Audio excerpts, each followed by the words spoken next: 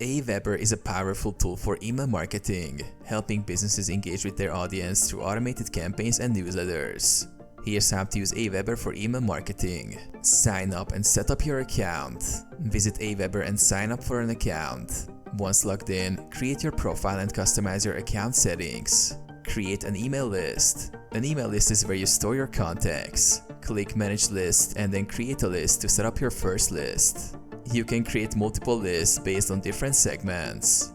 Add subscribers. To add subscribers, click Subscribers, then Add Subscribers. You can manually add emails or import them from a CSV file or external platform like Shopify. Create an email campaign. Click Create a message to start building your email campaign. AWeber offers drag-and-drop templates that make it easy to design emails. Customize the content, add links, images, and a call to action. Set up automations. AWeber allows you to set up autoresponders, sending emails at specific times. Go to Messages, follow-up series to automate your email sequence. Analyze campaign performance. After sending emails, track your results under the Report section.